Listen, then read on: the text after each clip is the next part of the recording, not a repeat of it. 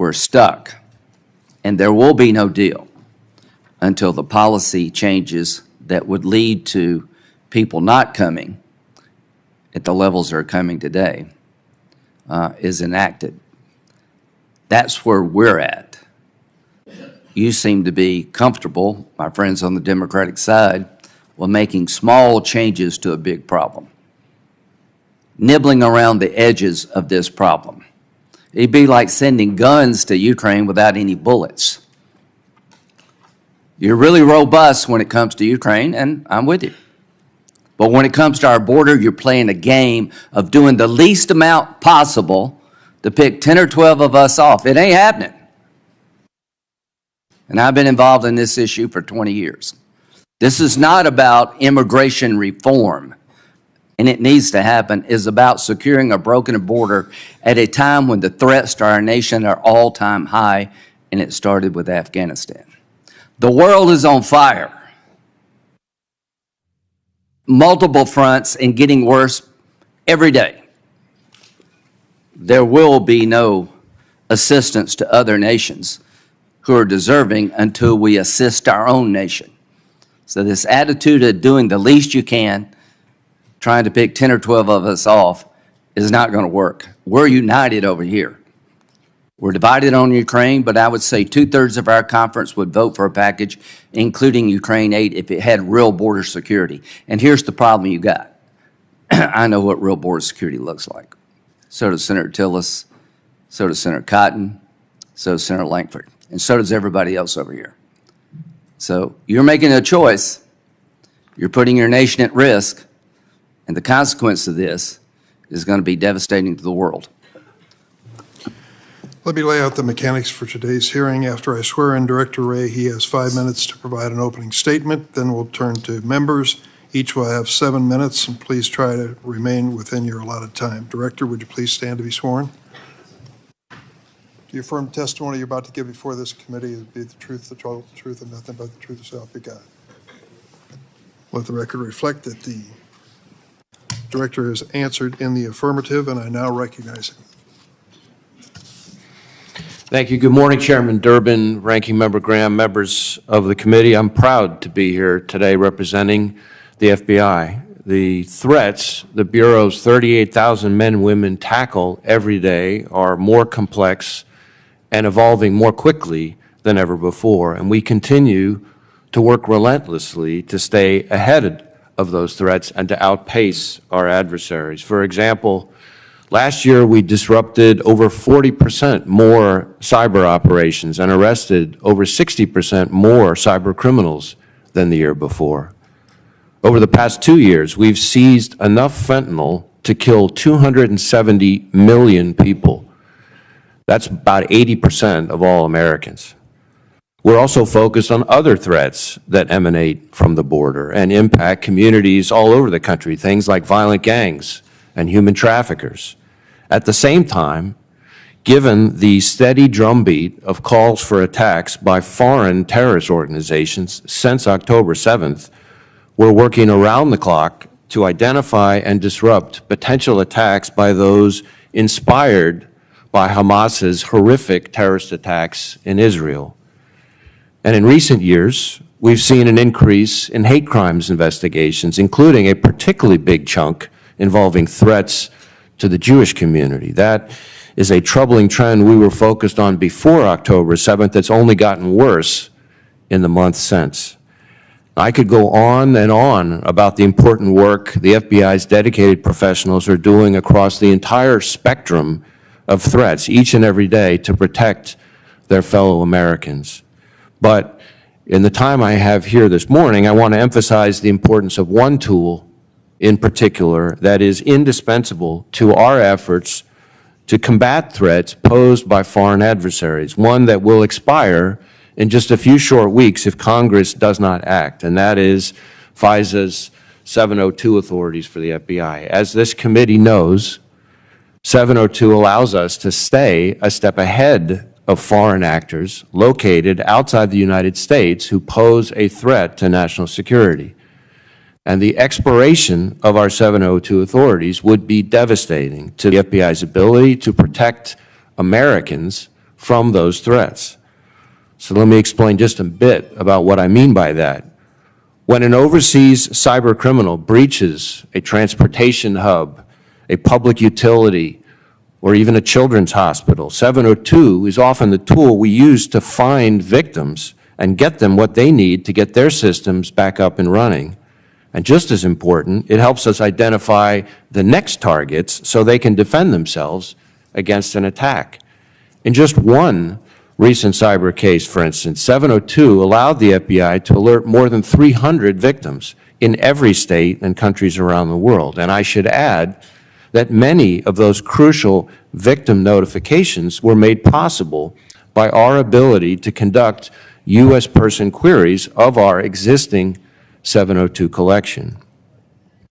When it comes to foreign adversaries like Iran, whose actions across a whole host of threats have grown more brazen, seeking to assassinate high-level officials, kidnap dissidents, and conduct cyber attacks here in the United States, or the People's Republic of China, which poses, in my view, a generational threat to our economic and national security, stripping the FBI of its 702 authorities would be a form of unilateral disarmament.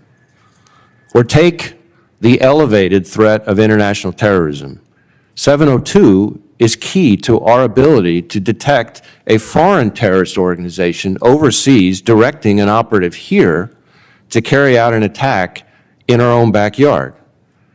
And U.S. person queries, in particular, may provide the critical link that allows us to identify the intended target or build out the network of attackers so we can stop them before they strike and kill Americans.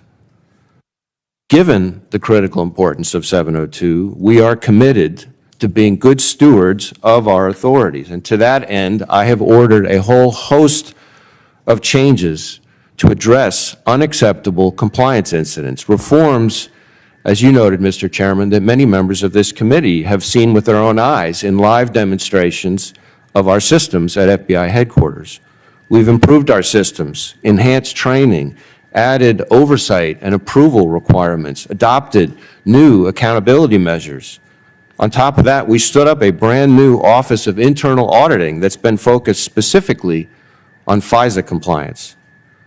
Most of the declassified reports that have come out over the past year or so involve compliance errors that predate those reforms. And I have been encouraged by the more recent data showing the significant positive impact that those reforms, those changes have had. The most recently declassified opinion from the FISA court, for instance, shows a 98% compliance rate and observes that the reforms are, and I'm quoting the court here, having the desired effect. And the two most recent Department of Justice semi-annual reports likewise now show a greater than 98% compliance rate. We're proud of the progress we've made so far, but we are by no means done. We recognize that this is an ongoing effort and are determined to work with Congress to get it right. But as we enter this critical phase of the renewal process, it is imperative that we not undercut the effectiveness of this essential tool with a warrant requirement or some other restriction that would paralyze us and our ability to tackle fast-moving threats like the ones I just described. Because crucial to our ability to use this information to actually protect Americans is our ability to review it promptly and efficiently. And to be clear, no court has ever held that a warrant is required for the FBI to query 702 data already lawfully in our holdings. In fact, every court that has considered 702 in its current form, the FISA Court of Review, 3 different courts of appeals, has found 702 to be constitutional.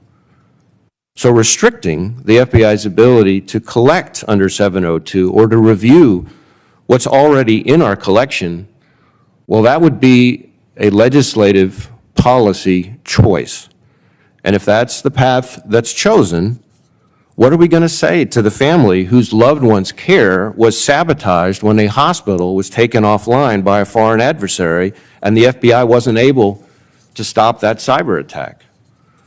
What's the justification for not using every lawful tool to stop China from stealing our technology and undermining our freedoms? Because I can assure you, the PRC is not holding back, and they're not tying their own hands behind their back.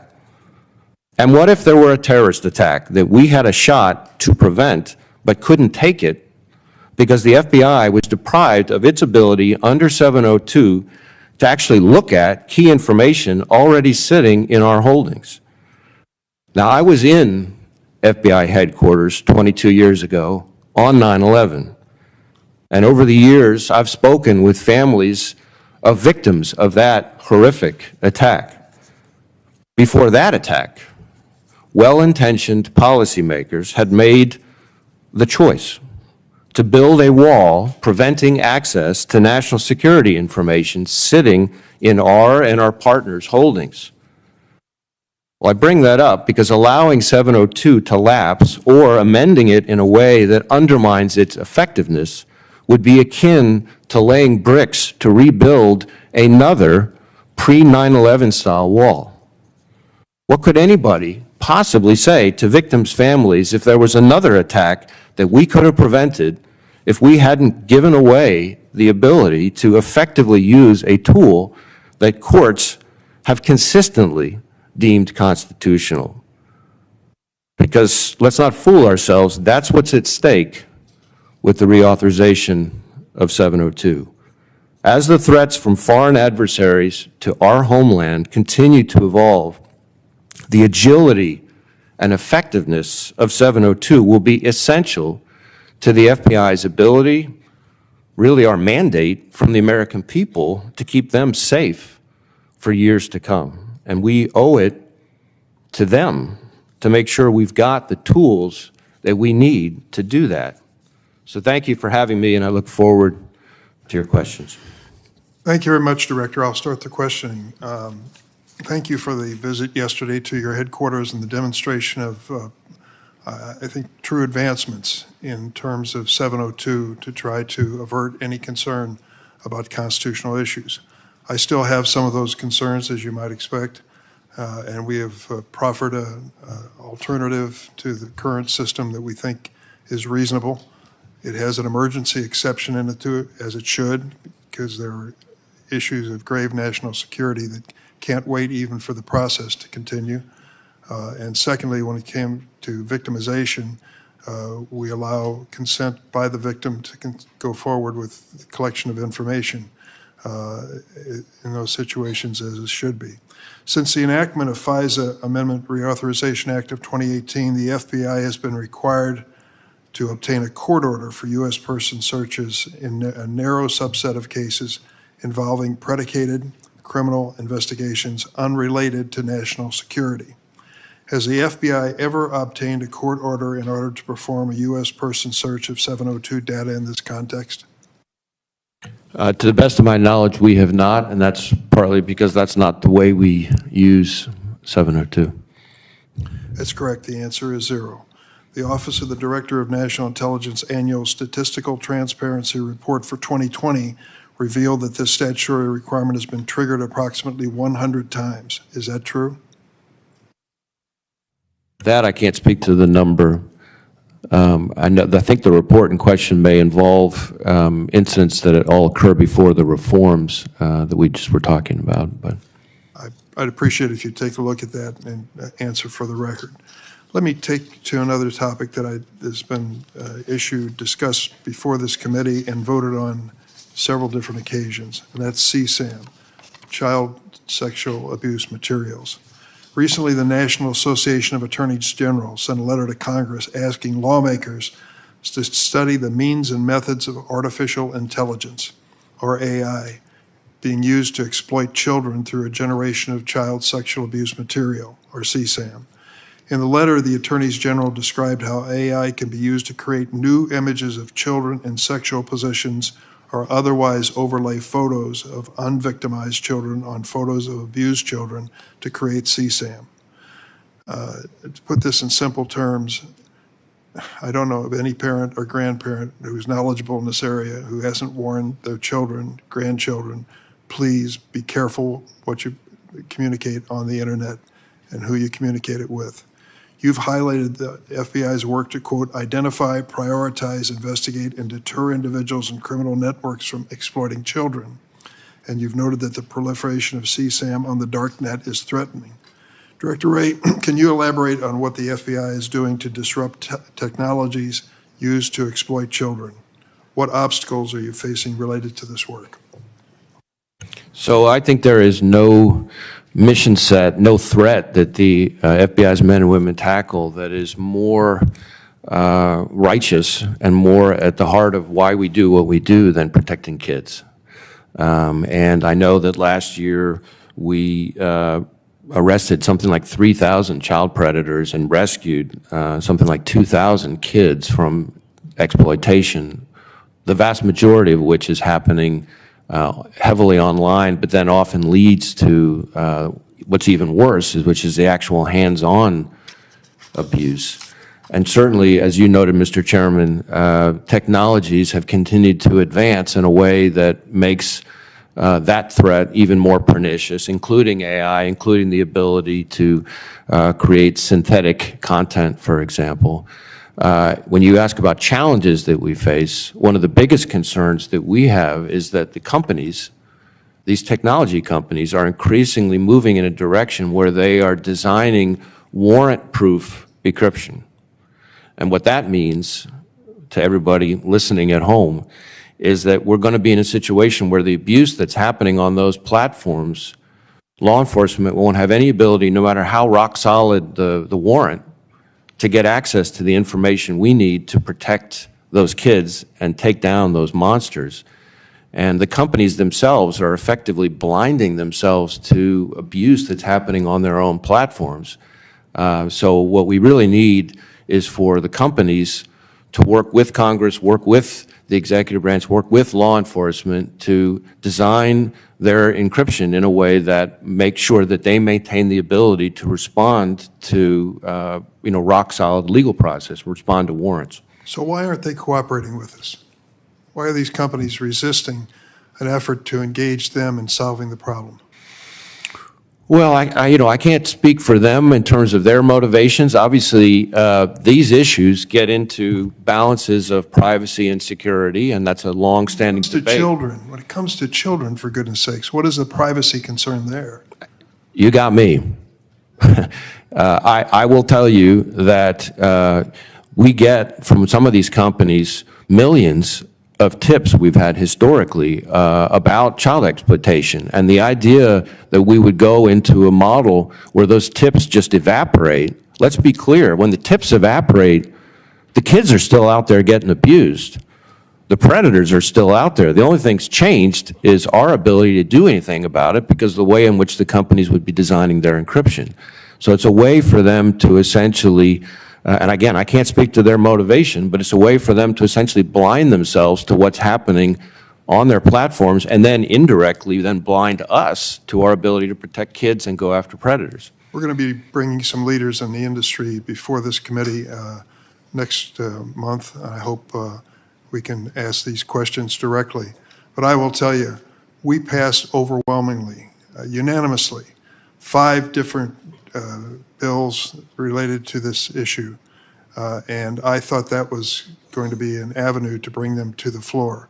The resistance from big tech to even pursue this issue, despite this overwhelming bipartisan vote, troubles me greatly. I want to believe they want to do the right thing. There's very little evidence of that.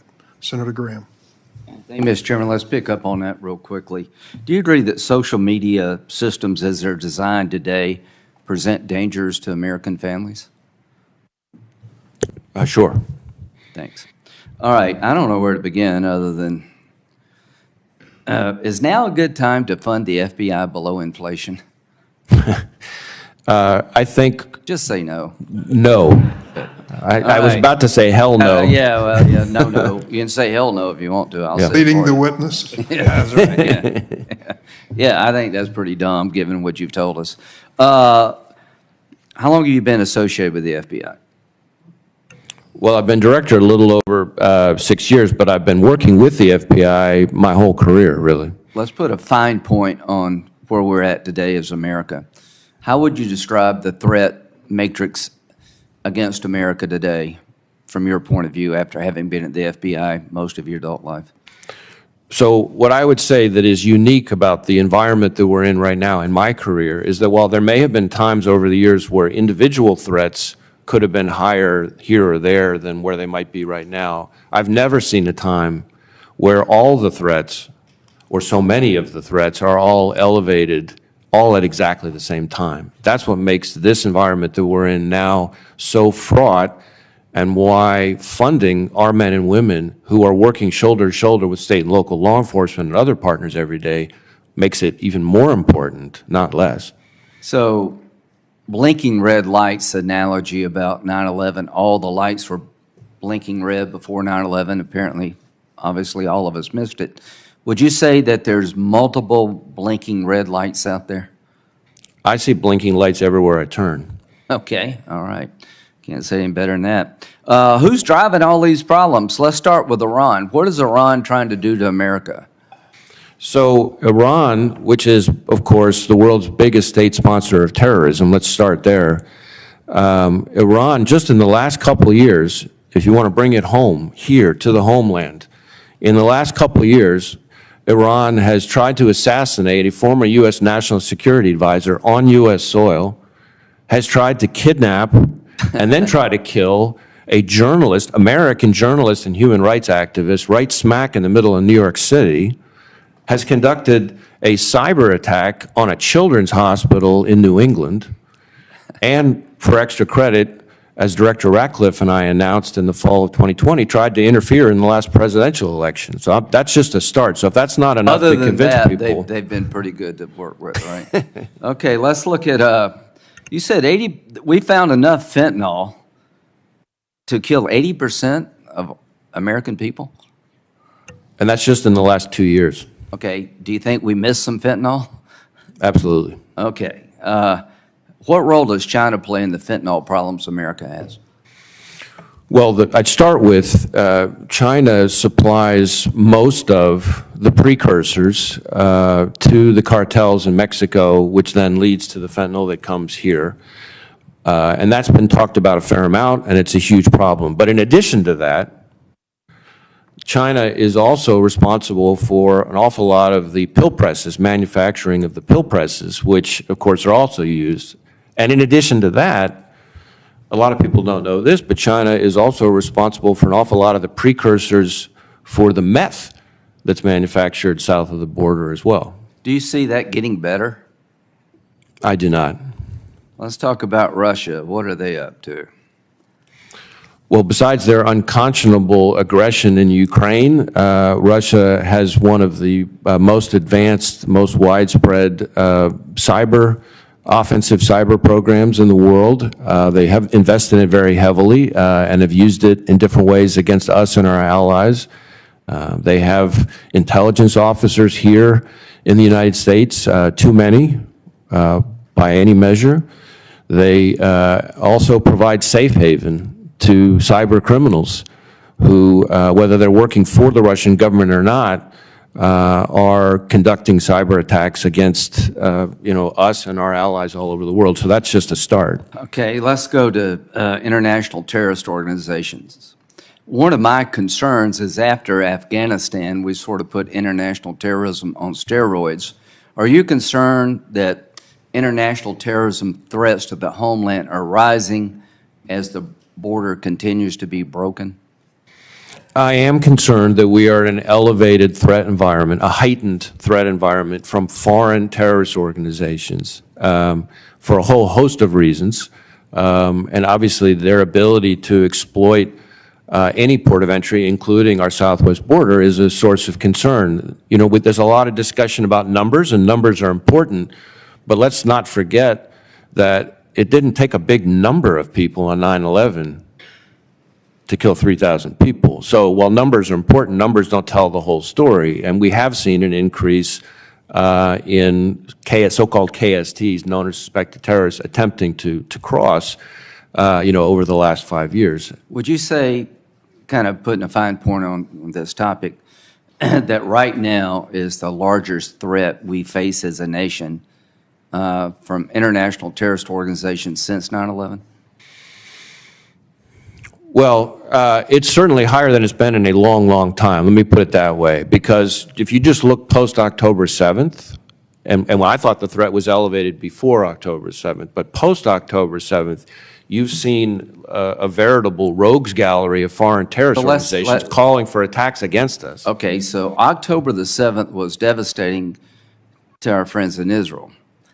So your testimony before this committee, since October 7th, the urging a foreign terrorist organization to attack America has gone up. Is that fair to say? Yes, the threat level has gone to a whole nother level since October 7th. Okay, folks, you're on notice. What are we going to do about it? Finally, what should we be doing differently with all these bad actors? I think it's fair to say we've lost deterrence. Do you have any idea quickly of what we could be doing differently? Well, certainly, deterrence requires consequences. And so consequences need to be imposed on bad actors in a variety of ways to ensure deterrence. Consequences are also part of disrupting, even without deterrence, disrupting and degrading bad actors' abilities to harm us. Senator Whitehouse. Morning, Director Wray. How are you? Fine, thank you. I seem often to have to use our time together to go over old business, for which I apologize, but such is the responsiveness of the department. I wanted to talk to you about Charles McGonigal today. He's an FBI agent who is interesting in two respects. First, he's pleading guilty, or has pled guilty, to offenses regarding his undisclosed receipt of $225,000 from a foreign national, and he awaits sentencing for the crimes to which he pled coming up in February. The second interesting thing is that he led the New York Counterintelligence Division during the time that it was widely reported that New York FBI agents and former New York U.S. Attorney Rudy Giuliani were pressuring Director Comey to intervene in the Hillary Clinton campaign and do it damage, which, as we unfortunately know, Director Comey did with press conferences that violated DOJ rules and procedures. So my experience is that when somebody is in the pre-sentencing mode of a criminal plea, that's a very good time to get information from them and cooperation from them. I don't know what happened in the New York field office during that period, but there's a very good chance that McGonigal does. I'll put into the record 3 letters. One is me to Attorney General Garland, February 7th, asking about this. The second is Office of Legislative Affairs at DOJ back to me, giving something of an answer to this. And the third is a letter off DOJ's website reflecting the plea agreement between the Southern District of New York and the attorneys for Charles McGonigal. So at this point, what I asked in the letter was that somebody independent of the FBI take a look to see if there were FBI shenanigans during that period in that office. And I've received no confirmation that anything is going on. The plea agreement reflects no signal or sign of cooperation, which, as you know, is often a feature in plea agreements and sentencings. So there's no sign that he was asked to cooperate outside of the plea. I have been unable to determine whether or not the Inspector General is even eyeballing this to see if somebody independent from the FBI, somebody in the department, should take a look. What do you know of the status of this, and are you, would it make sense? Would it not make sense, let me put it that way, to have an independent set of eyeballs have a look at what McGonigal knows about what took place in that office at that time, while he is in this helpful position of being subject to sentencing? Well, Senator, I appreciate you raising the topic. So a couple things.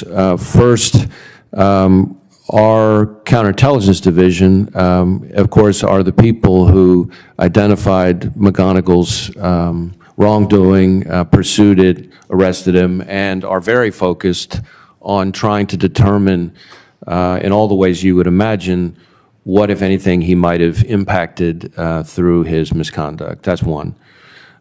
Second, there are, I think, 2 U.S. Attorney's offices involved, both New York, Southern District of New York, and I think the District of Columbia as well. So 2 cases that are pre-sentencing, and that his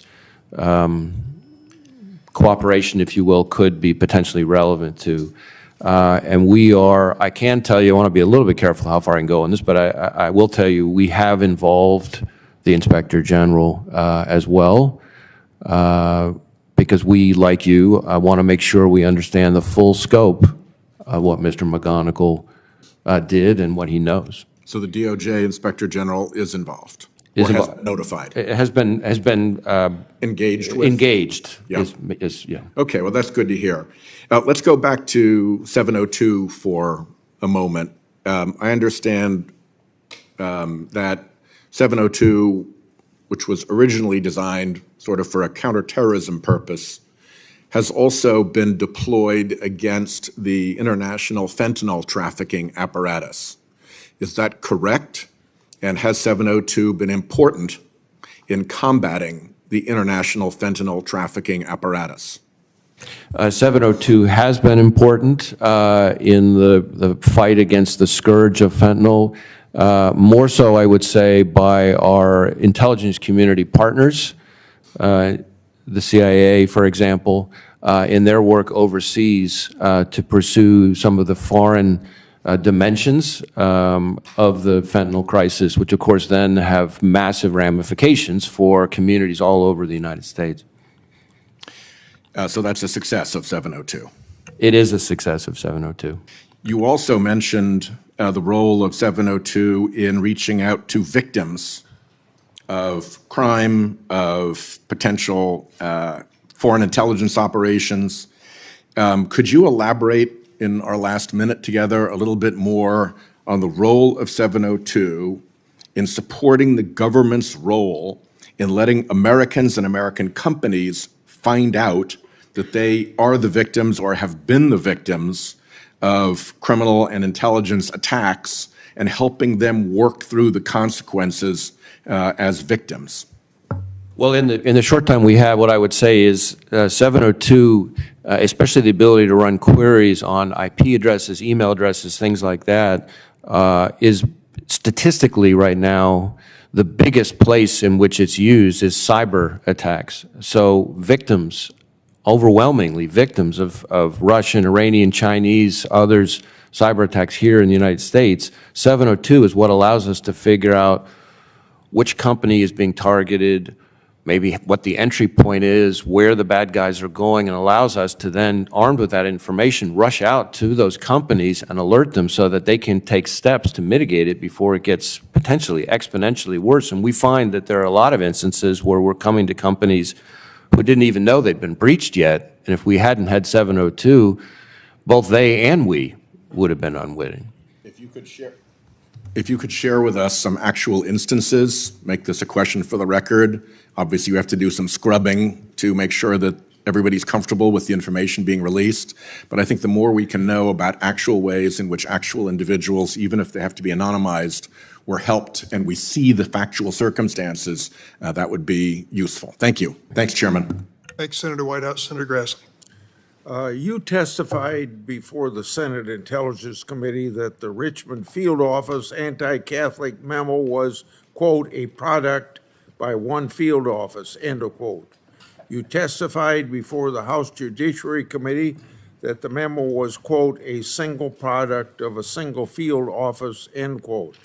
But the Richmond memo says 2 other field offices of the FBI were involved and that information had been redacted in versions provided to the Congress.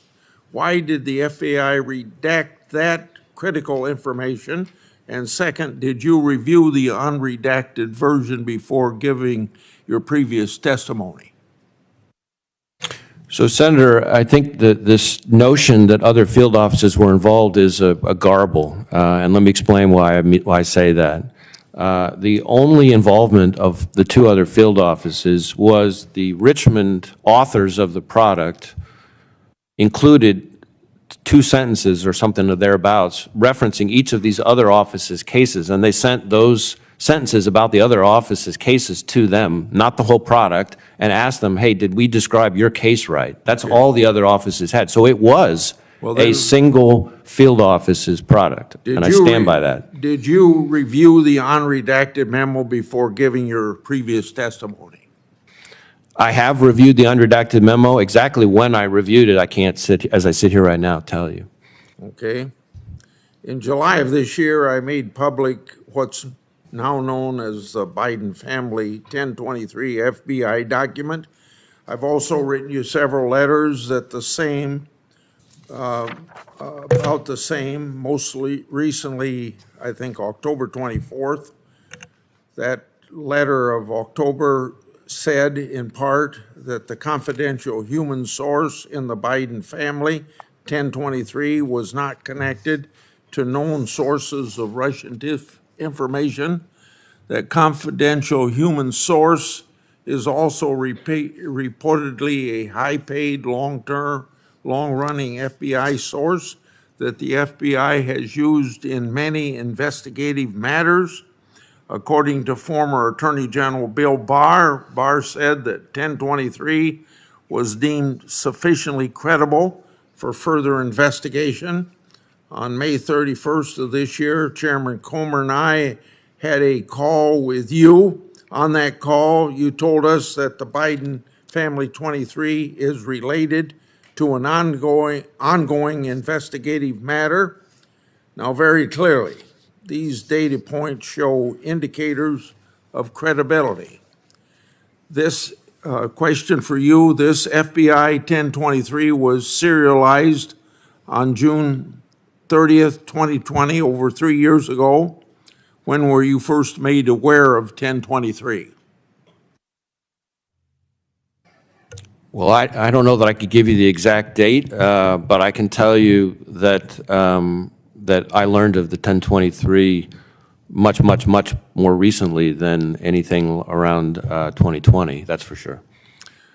This is a public document. You have an obligation to tell this committee what you knew about it, when you knew about it, and if you can't give us that information, I guess I better go on. Are there additional FBI-generated 1023s that reference a bribery scheme involving the Biden family, and if so, how many and what are their dates? Well, Senator, now you're asking questions that relate directly to Special Counsel Weiss's ongoing investigation, and respectfully, I can't really discuss anything related to that investigation. I would refer you to him for that. The 1023 references alleged text, financial records, and audio tapes that prove some sort of scheme involving money with Biden people. These are discrete documents that can be obtained if they exist when a high-paid, long-used federal confidential human source provides the FBI with evidence that different types of records exist that prove a crime involving a political official. Then standard FBI practice is to take steps to obtain that evidence. Would you agree with that, what I've said so far about the FBI policy? And if not, why not? Well, certainly I would expect people to do appropriate follow-up on anything in a 1023, but obviously every one of those instances is very fact-specific and case-specific, case-dependent. Okay, that answer's okay. So then, based upon what you just told me, did the FBI seek these records in this matter? Well, let me separate into two different things here. When it comes to the investigation being led by Special Counsel Weiss, which is being supported by our Baltimore field office, that one I'm not going to be able to discuss because it's an ongoing investigation. When it comes to the assessment that occurred in being run out of the office of our field office in Pittsburgh, and the U.S. Attorney, Mr. Brady, as selected by Attorney General Barr to look at all of this back in the earlier period you're talking about, my understanding is that there was agreement among the team about what steps needed to be taken and with the closing of that assessment. Have you communicated with White House officials or used a third party to do so about anything relating to the 1023 as it involves people in the Biden family? And if so, who and when? No. Okay. I want to go to sexual misconduct by the FBI. On October the 5th, 2022, I sent you a letter and later made FBI records public that showed widespread sexual misconduct in FBI against females. The data also showed that hundreds of FBI personnel retired to avoid discipline and that senior high-level officials received reduced punishment, if any at all. On October the 6th, the FBI told the Associated Press that it intended to respond to me first and declined to provide sexual misconduct data to the press at that time. It's over 1 year later, and the FBI has failed to provide this data to me. The FBI's blatant lack of action indicates it isn't taking misconduct against women in the workplace seriously. Why has the FBI failed to provide that very important data to this committee? And when will it finally be produced, as you told the FBI told the Associated Press you were going to? Well, first let me say I could not disagree more strongly that we don't take it seriously. I can tell you I take misconduct, sexual misconduct against our own employees extremely seriously, and we've put in place all sorts of new procedures and policies to deal with that and to communicate in no uncertain terms how strongly I feel about that. As to the responsiveness to your letter, let me follow up with my team and find out where that stands. But I do want to make sure that there's not any confusion, none, about how seriously I take this topic. Okay, then where's the data, if that's what you're going to be willing to take it so seriously? I will follow up. I will follow up with you about your letter. Okay. Thank you, Senator Grassley. Senator Klobuchar? Thank you very much, Mr. Chair. Thank you so much, Director Wray, for being here. I want to start out with hate crimes. You and I have talked about them before. I know, thanked you and your agents in Minnesota for their work in solving what was a clear hate crime, with a prison sentence of a bombing of Dar al-Farouk Islamic Center in my home state back in 2017. And we know that since that time, we've seen increases in hate crimes. Reports show a 216% increase since October 7 in requests for help and reported bias incidents against Muslims. Another report showed a 388% rise in anti-Semitic incidents since this time last year.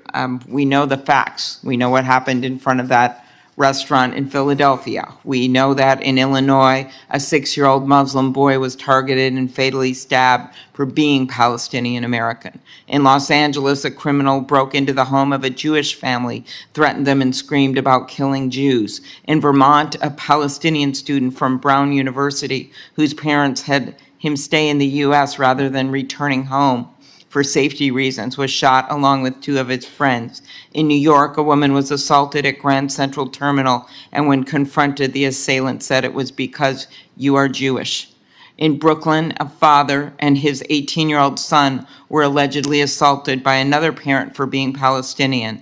And last week, 3 suspects were arrested for a 40-minute spree of attacks on on Jewish New Yorkers. This is concerning for everyone, Democrat, Republican, Jewish, Muslim, Christian, anyone in this country. I know that you care about this very much because I saw the work that your agents did in Minnesota. And I want to get more details on what the FBI is doing and what the Justice Department is doing to detect, deter, and investigate these crimes. And then also the effect of social media. And I know there are limitations on what we can do. I have some strong views on this. But could you also talk about that? Well, I appreciate your longstanding interest in this topic, and I know how important it is to you, and not the least of which because of the attacks that have occurred in your home state.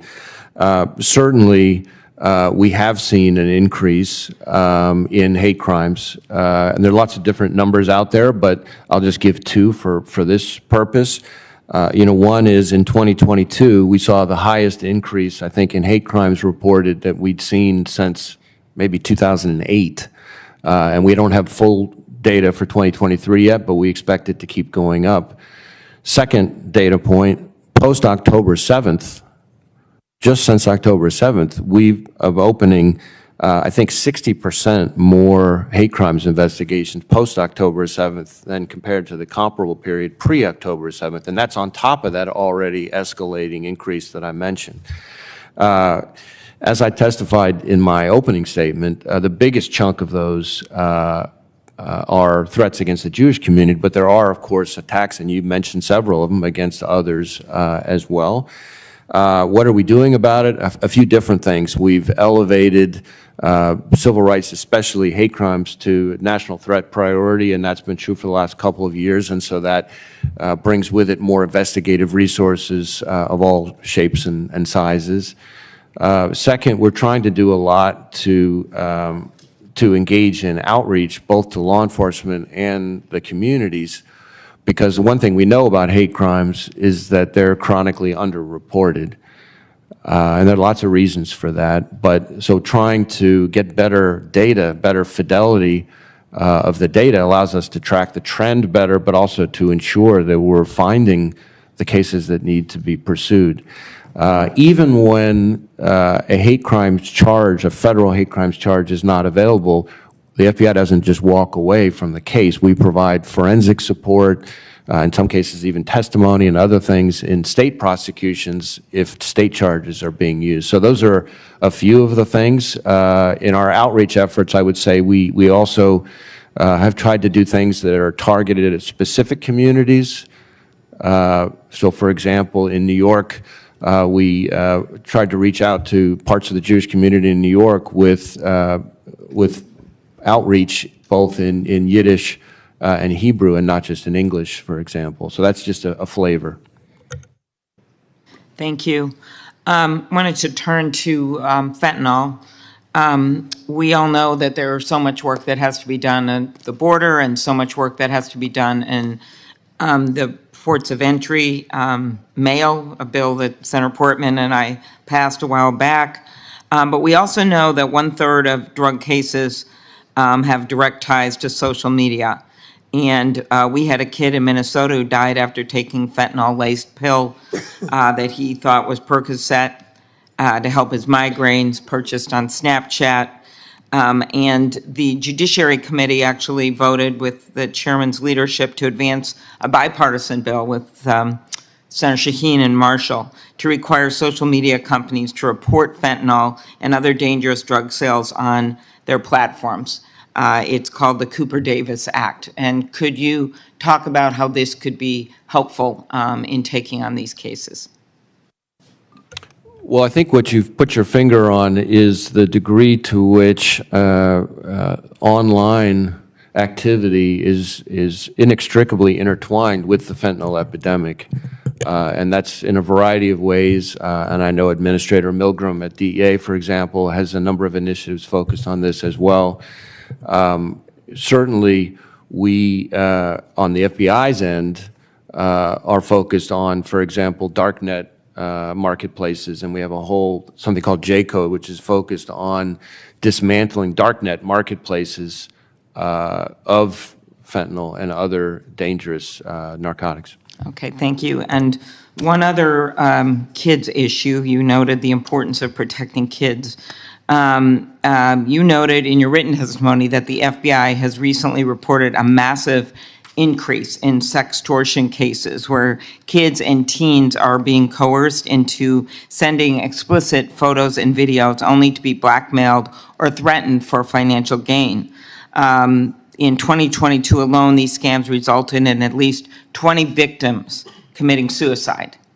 And my bill with Senator Cornyn, the SHIELD Act, includes a threat provision and other things that would update and modernize our laws when it comes to revenge porn and sextortion cases involving kids.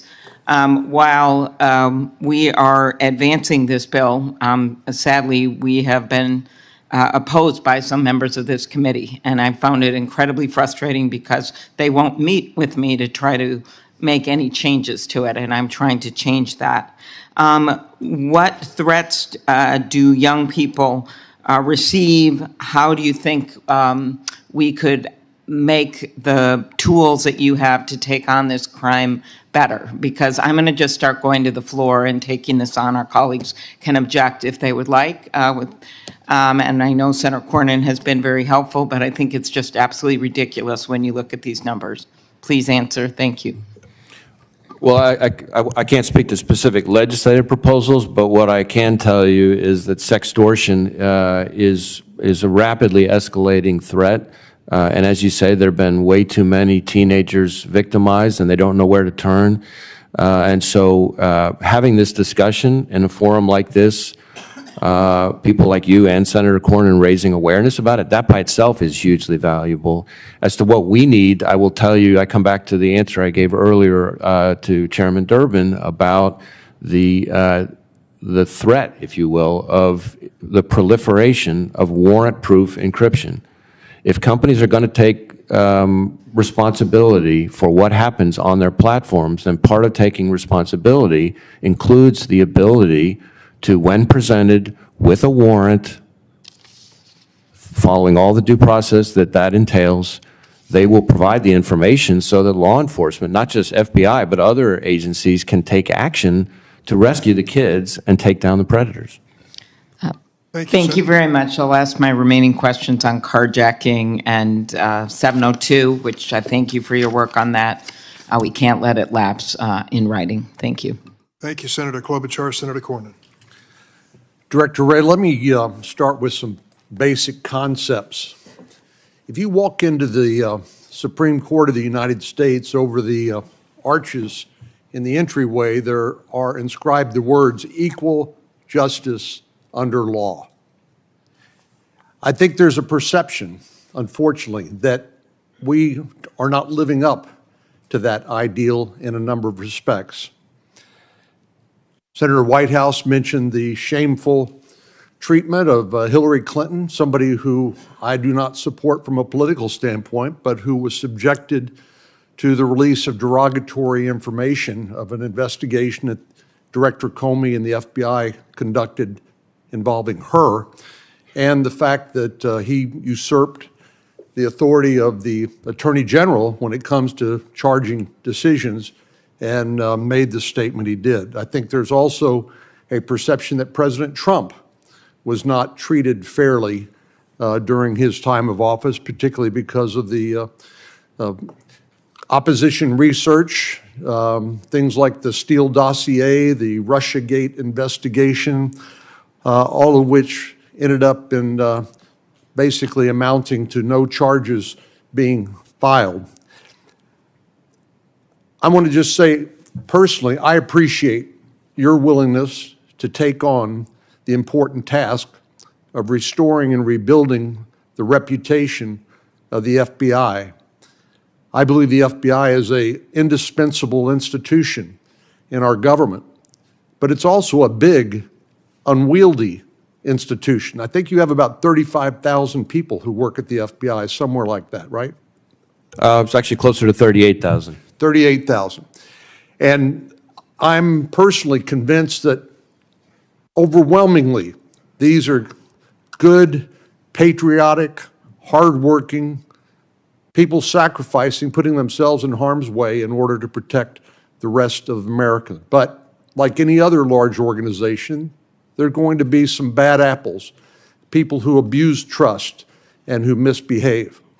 Can you just take a minute and describe what steps that you have undertaken at the FBI to try to restore the FBI's reputation as an institution that the American people can trust to pursue equal justice under the law? Well, I appreciate the question. Let me start with a statement of principle that I hold near and dear, and then explain a little bit more concretely what that means.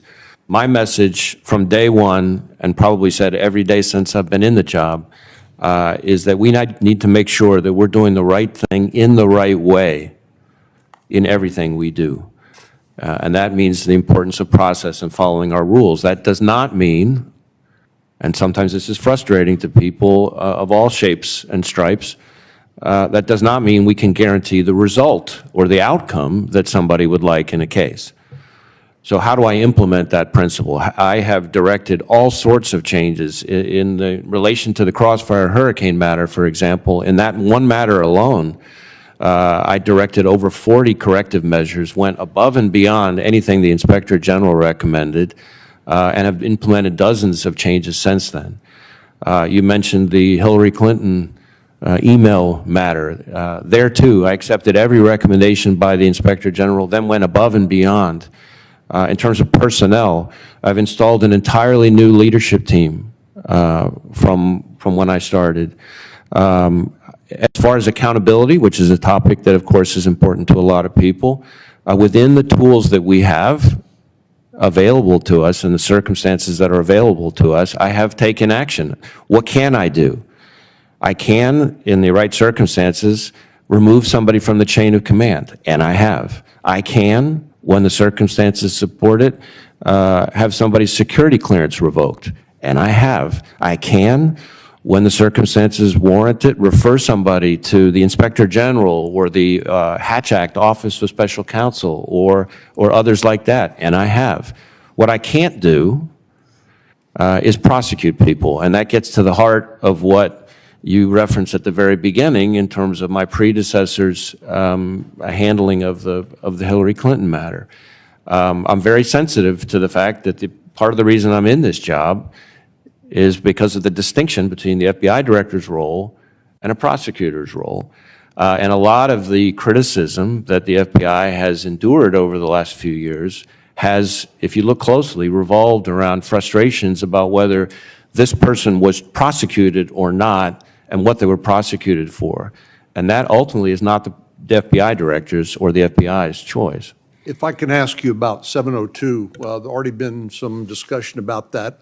I've referred to Section 702 of the Foreign Intelligence Surveillance Act as perhaps one of the most important laws that the American people have never heard of.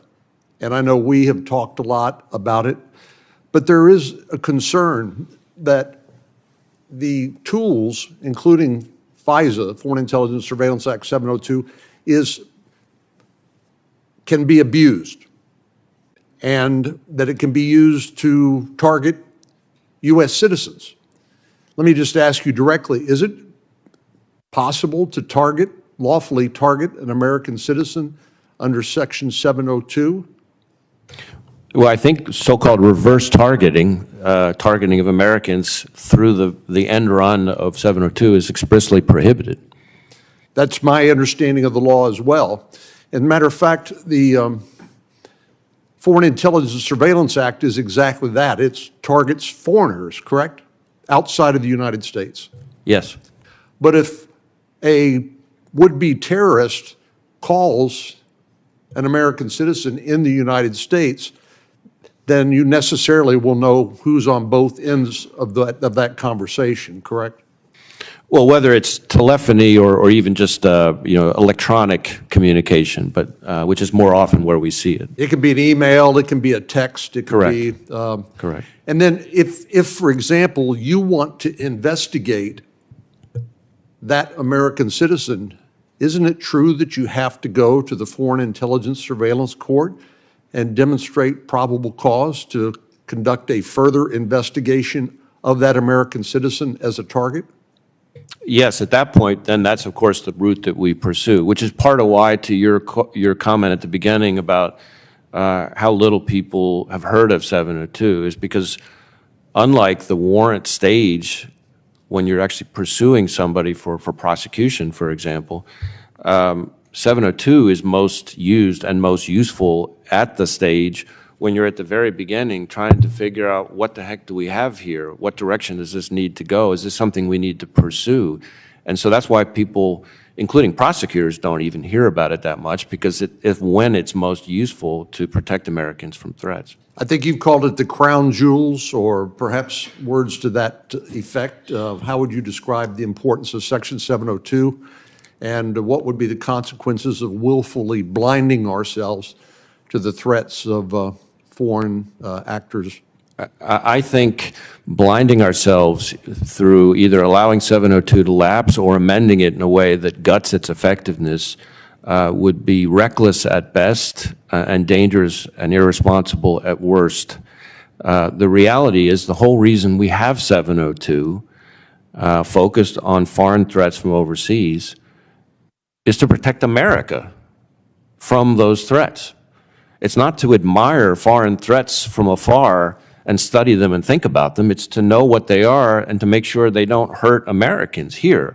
American businesses targeted with cyber attacks, American victims targeted for assassination or terrorist attacks. That's why we have it. The FBI's piece of 702, we are the only intelligence agency with the authority to operate domestically. And so where the rubber really meets the road, even though our slice of 702 as a percentage is quite narrow, that narrow slice in some ways is the most important slice, because that's what protects people here that all of us are sworn to protect. Thank you. Thanks, Senator Cornyn. Senator Coons. Thank you, Chairman Durbin, and thank you, Director Wray. I look forward to continuing that conversation about Section 702, a topic on which I have not firmly made up my mind how to vote, so I am open to your input. I just wanted to start by thanking you and the men and women of the FBI for your service to our nation and the protection of the rule of law, and specifically thank the FBI for your work in my community in the past year. You've worked with state and local prosecutors on civil rights violations, on robbery, on cyberstalking, on kidnapping cases, and as someone who had a decade responsible for a local law enforcement entity before coming here to the Senate, I greatly respect and appreciate the role the FBI plays, the academy, the resources you provide, and the professionalism in Wilmington, Delaware, and throughout our whole country. Let me go to that 702 conversation. The proposal put forward by Senators Warner and Rubio would prohibit the running of U.S. person queries designed to find evidence of a crime without first obtaining a court order, but could still perform warrantless queries where the search is reasonably likely to retrieve foreign intelligence information. What do you think of that compromise? Would it head off the significantly negative consequences you've laid out if we failed to reauthorize Section 702? I think the bill put forward by Senators Warner and Rubio provides a path that we can work together on. The reality is that pursuing 702 information for evidence of a crime, as has been demonstrated, or evidence of a crime only, is extremely rare, because that's not the main purpose for which we use it. And many of the instances, the very few instances in which that has been implicated, are actually instances where it was used to find Brady information, exculpatory information, to turn over to the defense. So it is a path that I think merits further exploration.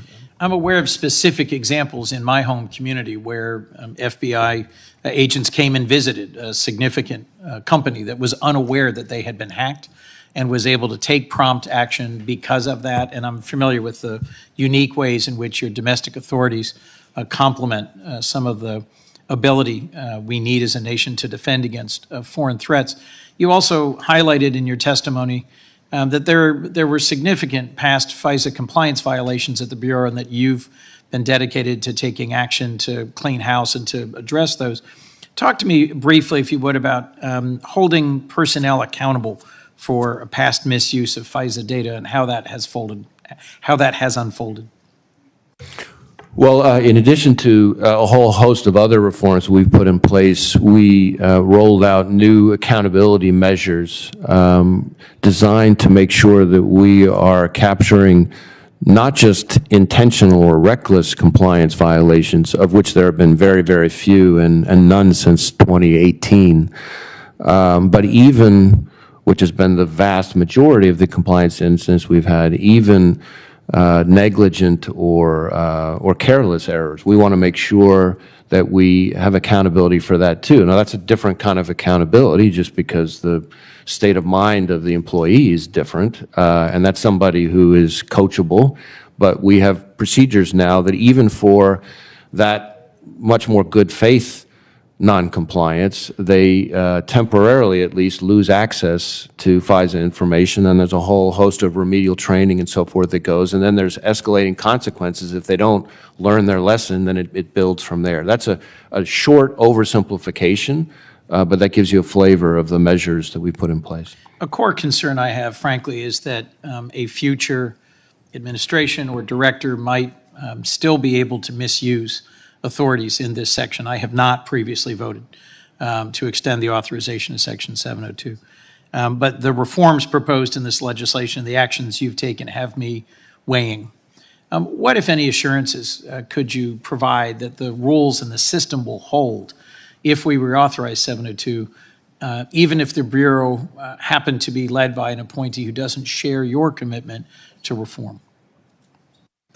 Well, we've put in place a number of things that would be extremely challenging to unwind, for one. I created a whole new Office of Internal Auditing, for example, and brought in a former agent who had gone on to be a Big Four accounting firm partner to try to work with yet another Big Four accounting firm to help us build what I expect to be a world-class internal auditing program focused specifically on FISA compliance.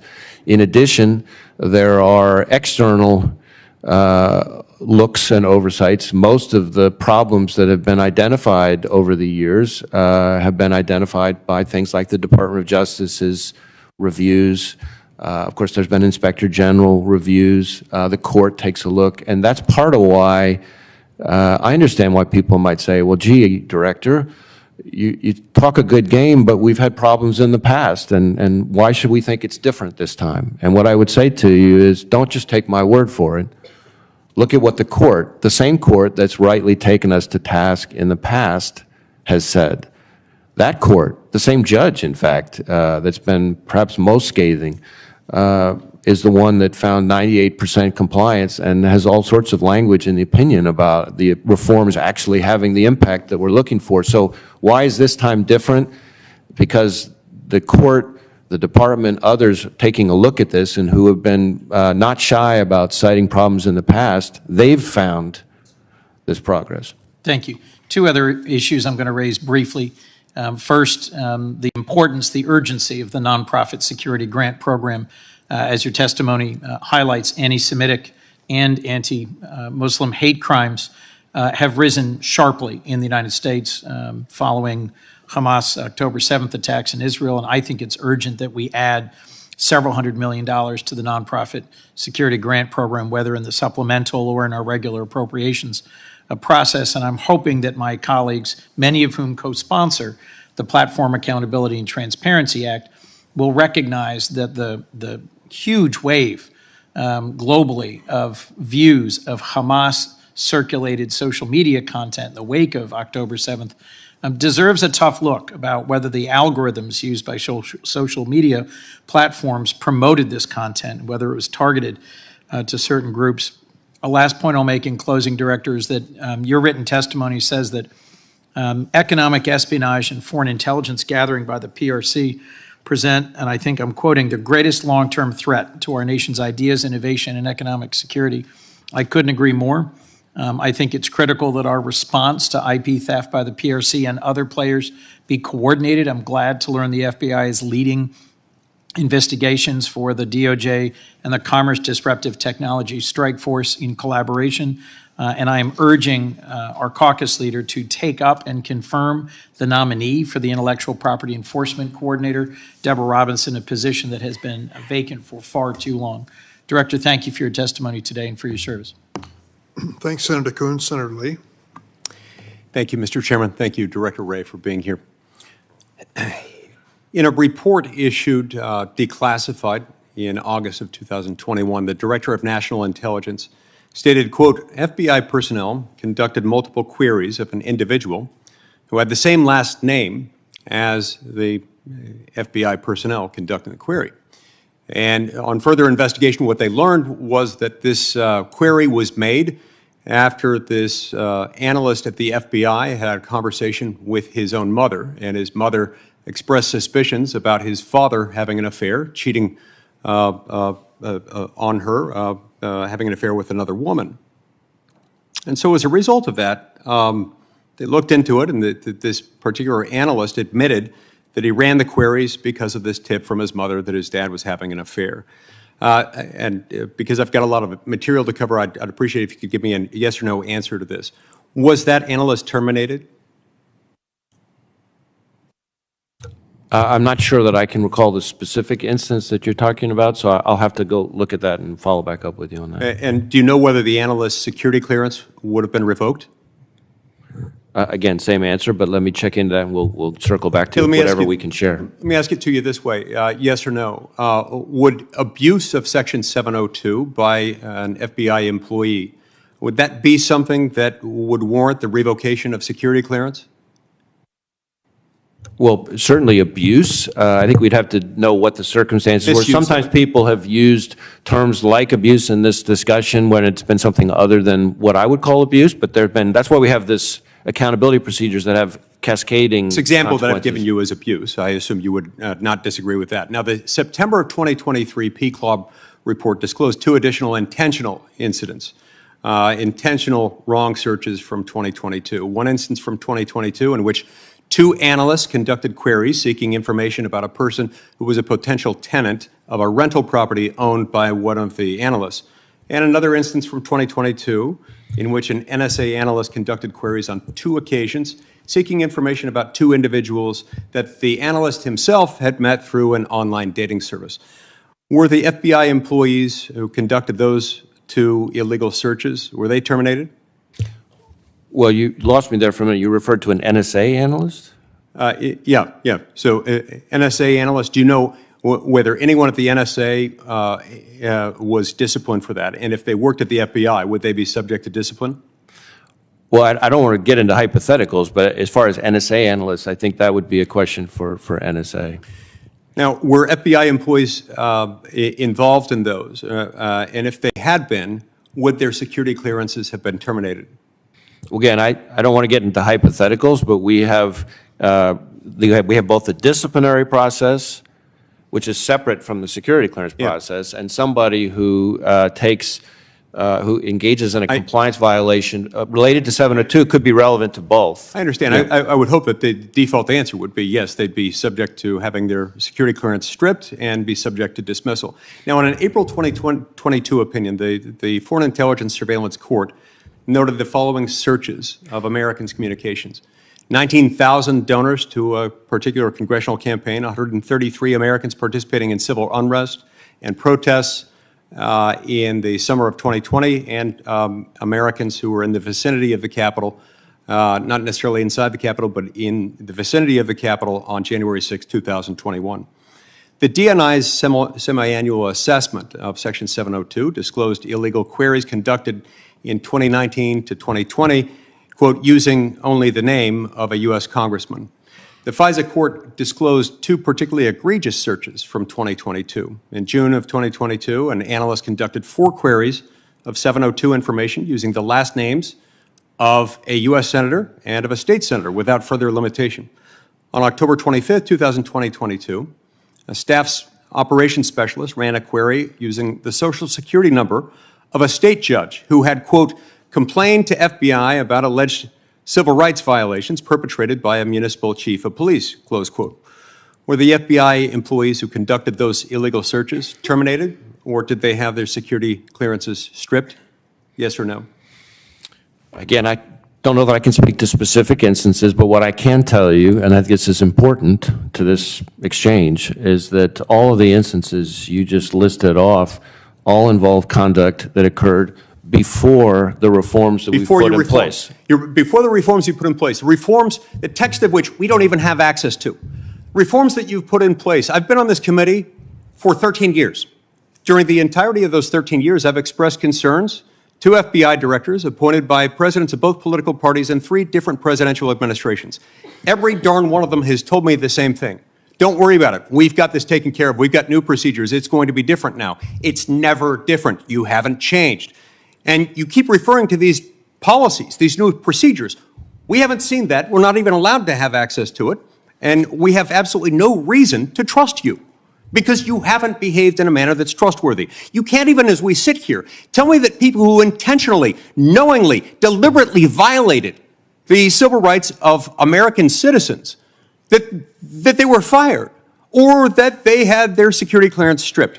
Now, in 2022, FBI and other agencies searched Americans' communications over 200,000 times, only 16 of which were evidence of a crime-only searches that returned information. I'd like to ask you to give a yes or a no answer to these questions. Were the 3 related batch queries consisting of over 23,000 separate queries relating to the events of January 6th, were those evidence of a crime-only queries, yes or no? I don't know the answer to that. The answer is no. I do know the answer. The answer is no. Were there 141 queries for the activists arrested in connection with the George Floyd protests here in Washington, D.C., evidence of a crime-only queries? Those were non-compliant queries, and again, they all predate the reforms that we've put in place, which echo other reforms that other FBI directors have told me about every darn year. If How I about may, the 19,000 donors to a political campaign? The answer there is no. What about the query for a sitting member of Congress? The answer there is no. What about the query involving a U.S. Senator, which for all we know could be any one of us? The answer is no. And so what does that tell me? Well, what I'm hearing and what these data points all point to is that a warrant requirement or prohibition relating to quote-unquote evidence of a crime-only queries would not have been something that would have prevented any of the most egregious examples of the abuse that we've seen under Section 702. So the FBI is already required to obtain a court order in some circumstances before accessing the contents of Americans' communications in the context of 702. They're already required for that in some circumstances. Since 2018, how many times has that requirement been triggered according to government reporting? Do you know? You're talking about the so-called F2? Yes. Yeah, how many times has it been triggered? Yes. I think there have been 2 instances where I think is maybe the number. 103 times it's been triggered. And out of those 103 identified times, the FBI should have obtained a court order. How many times did the FBI actually obtain one? Do you know? That, I think the answer is none. 0. So you're telling me that the FBI has completely ignored the limited court order requirement that it's already subjected to. You have the audacity to come here, and you told us that adding a warrant requirement to 702, even for queries involving U.S. persons on U.S. soil, that would amount to some sort of unilateral disarmament. You have a lot of gall, sir. This is disgraceful. The Fourth Amendment requires more than that, and you know it. I know every single time for centuries, even prior to the founding of this country, there were similar protections built into the laws of the United Kingdom before we became a country. Even then, the government was making the same darn argument you're making today, which is it's too hard. This would make it hard for the government. It's why we have a Constitution, sir, and you must comply with it. Mr. Chairman, may I respond briefly? When you ask why are things different this time, I would point you again to the findings of the court and the department themselves, both of which have not been shy about identifying some of the same instances that you cited in our colloquy. They themselves have observed the effectiveness of the reforms, which is why the pre versus post date of the reforms becomes very significant. So that's number one. Second, as to your claims about constitutionality, I would point you back to what the case law actually shows on this subject, which is that no court has found 702 in its current form to be unconstitutional, and every court to have looked at it has found it to be constitutional. And last point. How lucky for you, because no one has standing to do that. No one knows when they're being surveilled. That is not an argument, sir. Last point, Mr. Chairman, is that in some of the instances, and you went through a number in your questions, in some of the instances in particular that I know about, those are instances where the queries were run in order to get to a public official, member of Congress, to warn them about foreign influences targeting them, and a warrant would not have enabled that. We call those consent searches, and consent searches do not require a warrant, sir, and you know that. There is nothing that you have done that is not entirely within the FBI's control and supervision. You're asking me to believe something that is not believable because your agency has made it unbelievable, and I refuse to accept it.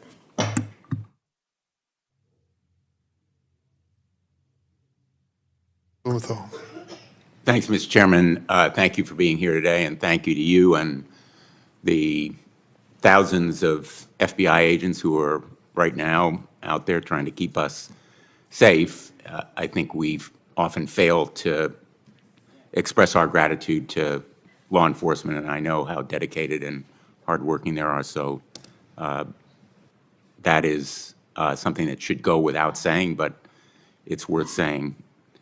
Mr. Director, I want to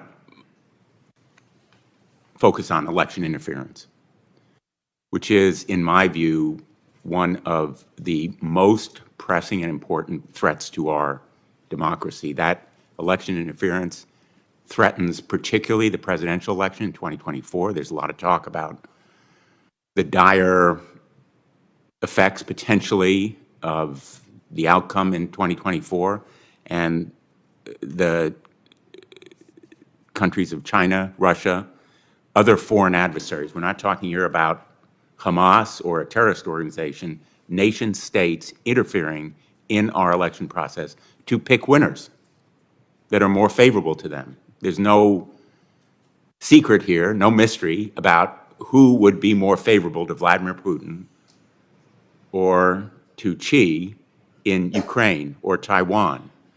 And I'd like to know from you whether you view election interference by these nations as a potential threat in the coming presidential election.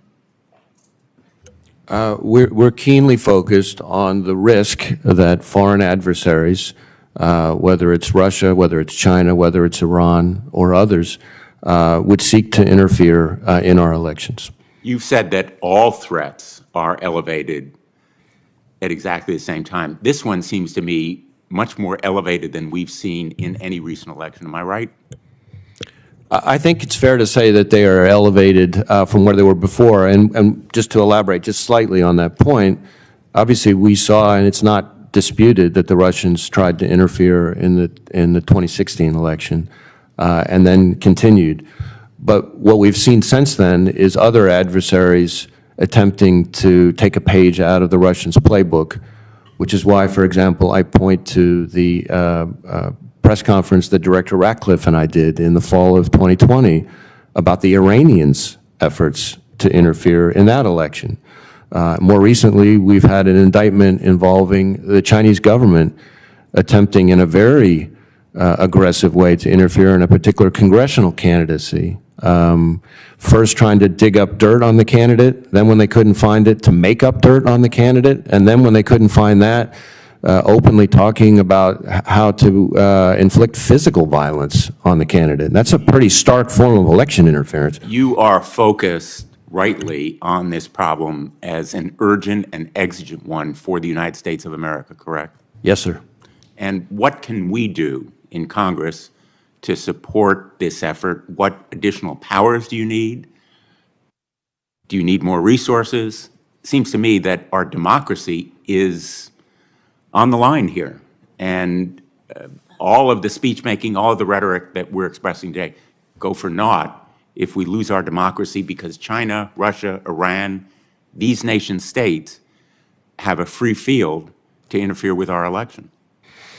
Well, I think there's a couple things. There's, on the money side, in terms of appropriations, we are not in an environment where any of the threats that we're seeing as part of my exchange with Senator Graham are going backwards.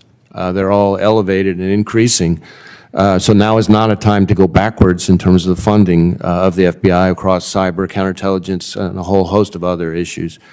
But second, we've talked about 702. 702 is, of course, focused on foreign adversaries, many of these same intelligence services, and their ability to engage in malicious foreign intelligence operations. And that's why reauthorizing 702 in a forum where it can be used is important to that threat, among a whole host of other foreign threats.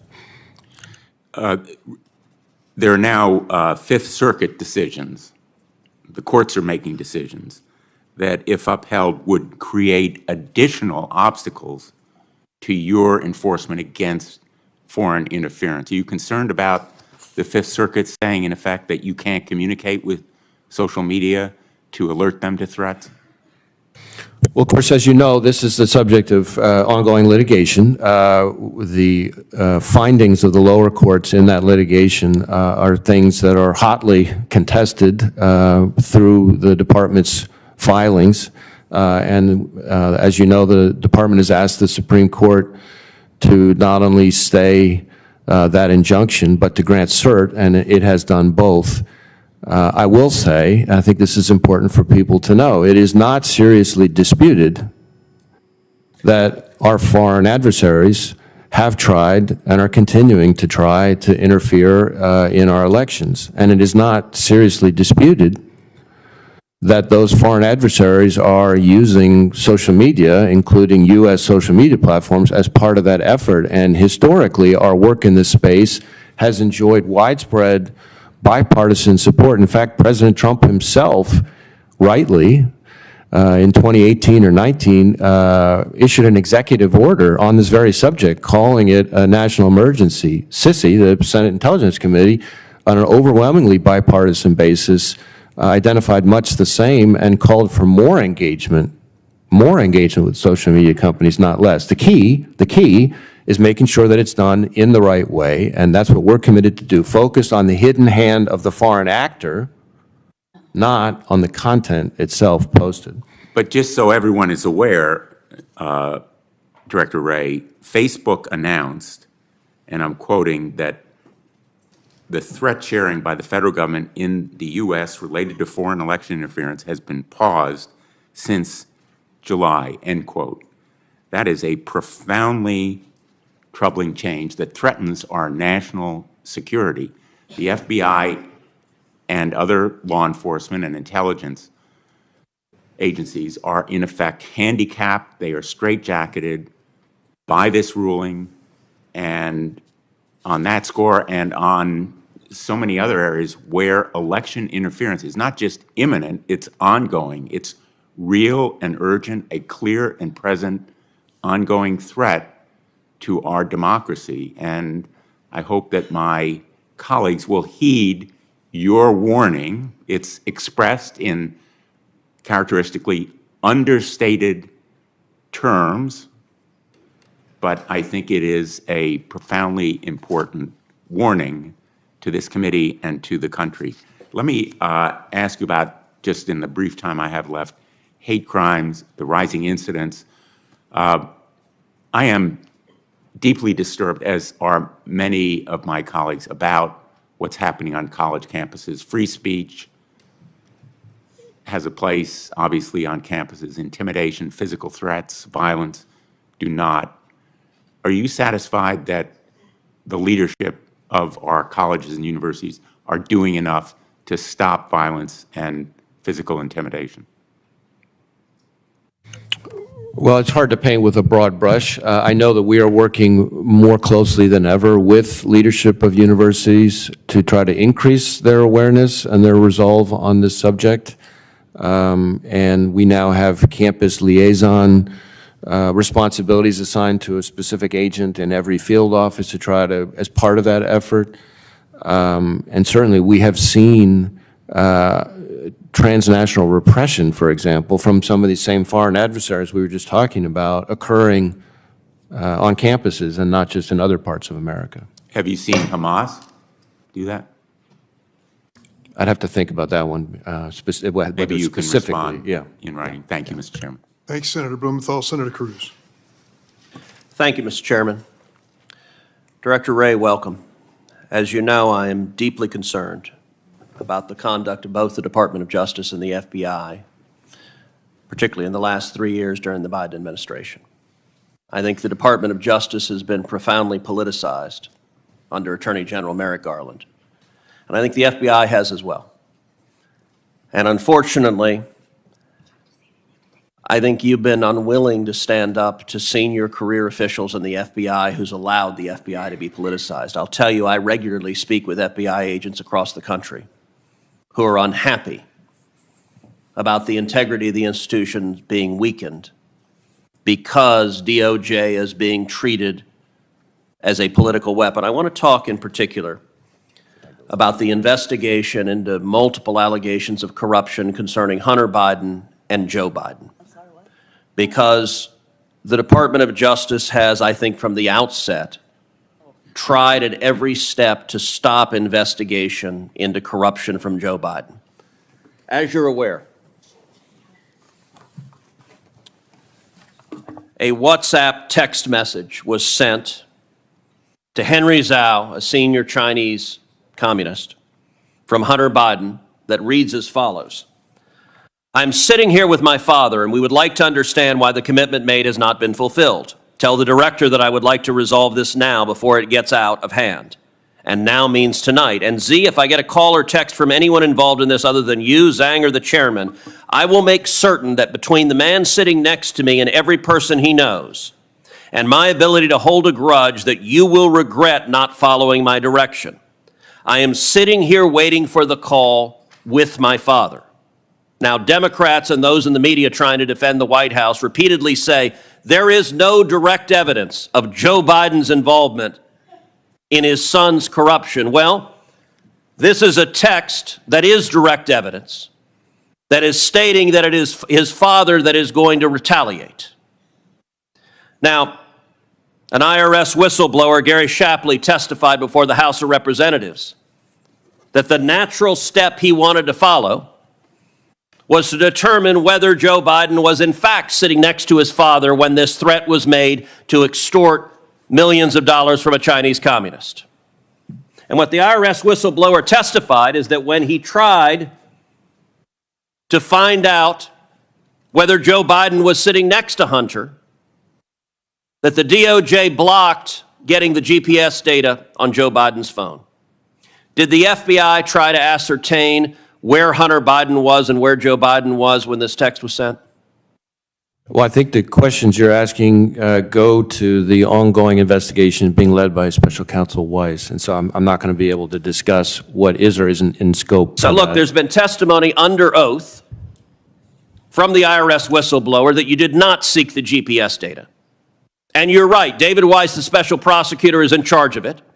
And it is David Weiss and his underlings who, according to the IRS whistleblowers, have alleged that they're the ones trying to stop the investigation. They allowed the statute of limitations to run on many of the most serious violations.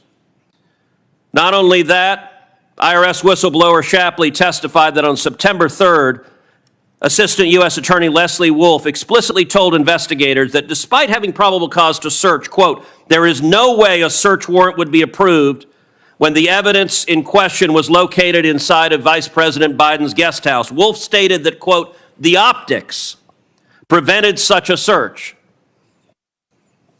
Is the FBI, do they make a routine practice of allowing partisan political optics to prevent investigating serious evidence of corruption?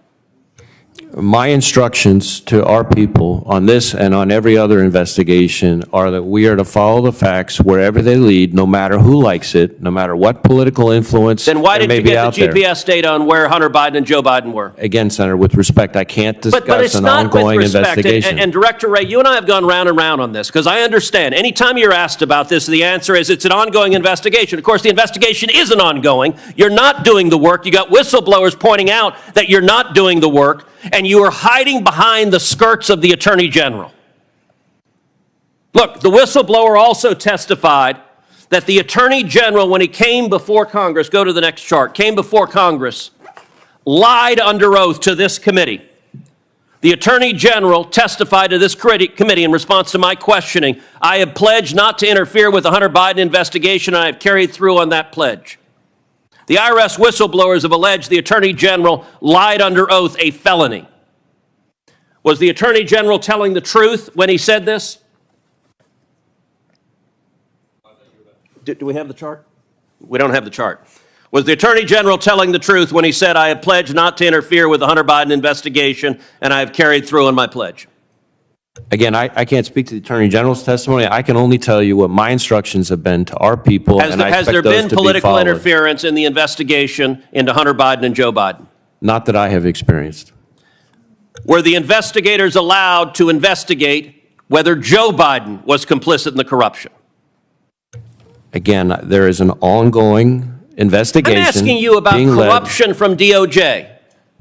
Were they allowed to investigate Joe Biden, or is the whistleblower telling the truth that DOJ said Joe Biden's off limits, no questions about the big guy?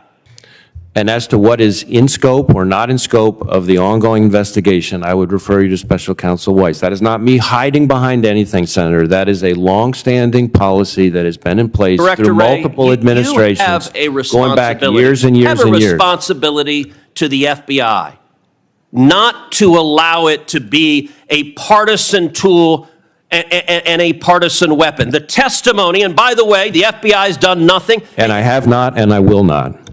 Have you opened an investigation into whether the Attorney General lied under oath to Congress and whether the Attorney General obstructed justice? I'm not going to go down that road here. I know you're not. That's the point. Nobody thinks you've opened an investigation because you're not willing to. And the amazing thing is, Director Wray, I've known you 30 years. You're not a partisan Democrat. You're simply sitting blithely by while career partisans in your agency allow it to be weaponized. And you are damaging the FBI, and you are damaging the Department of Justice. Let me ask you also, the whistleblower testified that investigators wanted to execute a search warrant on a storage unit used by Hunter Biden, and instead they tipped off Hunter Biden's lawyer before the search warrant was carried out. Is it typical FBI practice to tip off the subject of a search warrant before the search warrant so they can remove any evidence that's incriminating? What is typical is that when you're dealing with an individual who has a protective detail, it is typical for agents to be in contact with the subject's protective detail. Does the protective detail guard the storage unit? Again, I can't speak to the storage unit specifically, but I can tell you is that when it comes to... Why would the FBI tip off the subject of a search warrant about the storage unit that was going to be searched beforehand? Does that not undermine the very essence of an investigation that DOJ is purporting to undertake? Again, I'm not going to be able to discuss specific investigative But steps that who were is? taken If in you're this. not, nobody answers these questions, and it's why people are furious with the cover-up, because you don't believe the FBI is accountable to Congress or to the American people. Your time is up. Director Wray has requested a 5-minute recess. 5 minutes. Let me just, Senator, if I might just quickly respond and then Respond. go to the break. Thank you. I understand why this is frustrating. I do. But it is also the case that these policies that I am referring to about my inability to discuss ongoing investigations, and certainly internal deliberations related to ongoing investigations, are policies that have not only been in place for many, many years through multiple administrations of both parties, but in fact, these were policies that were actually strengthened under the last administration, and that my predecessor was faulted in a fairly scathing Inspector General report for not following. And so I keep that in my mind you have an obligation when to I call it out. engage in this job. Thank you. You have an obligation to call out corruption.